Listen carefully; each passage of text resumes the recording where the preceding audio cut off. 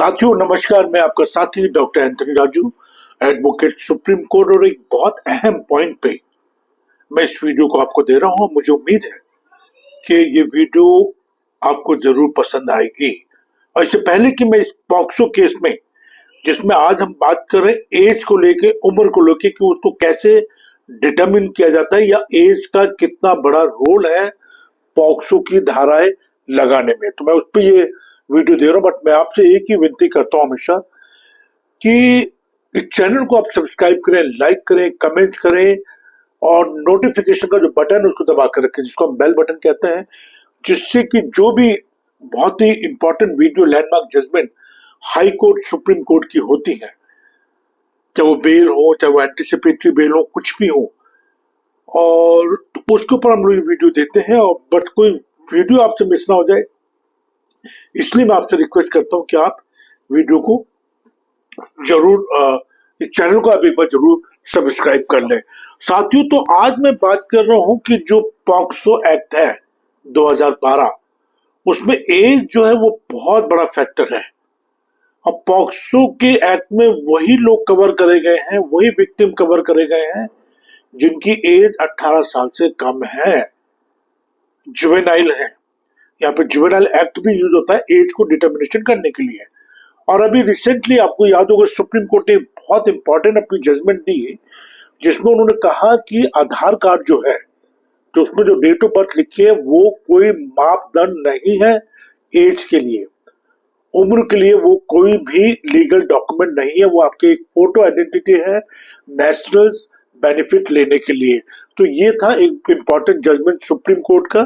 बस साथ साथ मैं आपको बताऊं साथियों कि सुप्रीम कोर्ट ये कहती है और हाई कोर्ट भी कहती है, बहुत सारी जजमेंट आई है इसके ऊपर, कि जो जो एज का फैक्टर है, एज के फैक्टर में जो मेन मटेरियल्स होते हैं वो आपके होते हैं एजुकेशन सर्टिफिकेट या कोई भी ऐसा लीगल डॉक्यूमेंट। बट इसमें सबसे ज्यादा जो अहमियत माननीय कोर्ट ने दी वो 10th की मार्कशीट को दी, जिसमें जो एज है उसको भी माना गया है।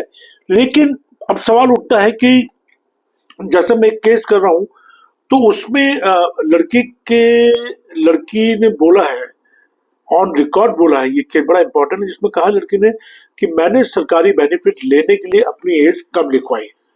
ठीक है, अब जो वो एज जो उसने कम लिखवाई, उसकी बेस के लड़के को 20 साल की सजा हो गई।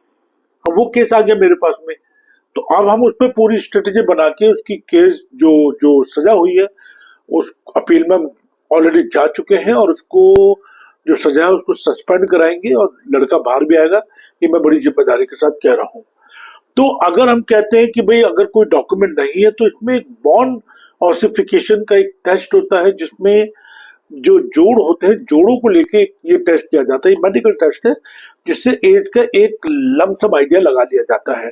तो साथियों देखिए, अगर बच्चे के साथ कोई दुराचार होता है या बच्चे के साथ कोई यौन शोषण होता है, तो उसकी तो हम कड़े शब्दों में निंदा करते हैं और करते रहेंगे। बट एक एडवोकेट होने के नाते, एक अधिवक्ता होने के नाते, मैं ये जरूर कहना चाहूंगा कि जो लोग बेवजह किसी आपसी रंजिश के कारण पॉक्सो जैसे गंभीर अपराधों में फंसा दिए जाते हैं, उनकी बेबसी और लाचारी आप भी समझ सकते हो और मैं भी समझ सकता हूँ।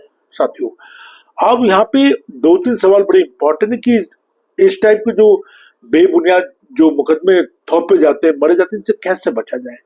देखिए, इनसे बचने का तो मैं आपको कुछ कह नहीं सकता, क्योंकि ये पता नहीं किस टाइप की रंजिश है आप लोगों की, जिसको पर ये केस बना दिए जाते हैं, मरे जाते हैं।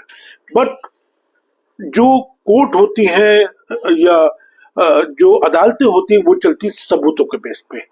अब सबूत गढ़े गए, मरे गए, झूठे हैं, अच्छे हैं, पुराने हैं, नए हैं, मेडिकल टेस्ट क्या कहते हैं, वगैरह वगैरह, ये सब डिपेंड करता है आपके एडवोकेट के ऊपर। और मैंने हमेशा अपनी वीडियो में कहा है कि अगर आपने कोई अपराध नहीं करा तो उससे डरने की जरूरत नहीं है, नंबर 1। दूसरा, क्योंकि गंभीर अपराध है तो आपको गंभीर एडवोकेट से, एक मैच्योर एडवोकेट से, एक अच्छे एडवोकेट से बात करनी चाहिए और अपनी बात को साझा करनी चाहिए। और तीसरी बात यह कि डरने की जरूरत नहीं है, और जो हमारे साक्ष्य एविडेंस है उस पर हमें काम करना चाहिए, जिससे कि हमें ज्यादा से ज्यादा बेनिफिट मिल सके।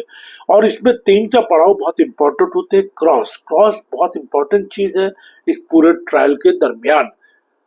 तो क्रॉस हो गया, एविडेंस हो गए, मेडिकल टेस्ट हो गए, एफएसएल रिपोर्ट हो गई, क्या मिला क्या नहीं मिला, या आयु ने ढंग से इन्वेस्टिगेशन करी है या नहीं करी, अगर सजा हो जाती है, अगर लड़कियों को सजा हो जाती है एक झूठे केस में, और लड़का बार बार ये कह रहा है कि मेरा कोई अपराध नहीं है, मेरी गर्लफ्रेंड है या जो भी है, और एक शारीरिक संबंध है, बट इसमें एक म्यूचुअल संबंध नहीं है, ये म्यूचुअल संबंध बने हैं, और उसमें सिर्फ लड़कियों को अगर 20-30 साल की सजा आती है तो अपना गंभीर मामला बन जाता है साथियों। तो और मेरा ये भी मानना है कि अगर लड़का या लड़की को ये पता हो कि 18 साल से पहले अगर हम ये सब चीजें करते हैं, एक शारीरिक संबंध बनाते हैं, तो हमें हमारे इस लड़कियों को सजा हो सकती है, तो मुझे नहीं लगता वो लड़का ऐसी कभी गलती करेगा। लेकिन वक्त का कुछ कह नहीं सकते साथियों। तो यहाँ पे बस सिर्फ बचने का एक ही तरीका है कि अपने साक्ष्य पे काम करें, अच्छे वकील से बातचीत करें, और मेरा नंबर 9873005424 है, इस पे आप चाहे तो मुझसे बात भी कर सकते हैं, और मुझे बहुत खुशी होगी अगर मैं आपकी किसी तरह से मदद कर पाया। और बस अपने बच्चों को शिक्षित करें, अच्छी शिक्षा दें, ये बहुत इंपॉर्टेंट है, बच्चों के लिए भी, आपके लिए भी, और समाज के लिए भी। हाँ, और बस यही एक चीज है जिसमें मैं ये वीडियो आपको दे रहा था। मुझे उम्मीद है कि आप इस वीडियो को जरूर पसंद करें, लाइक करेंगे, कमेंट्स करेंगे। जय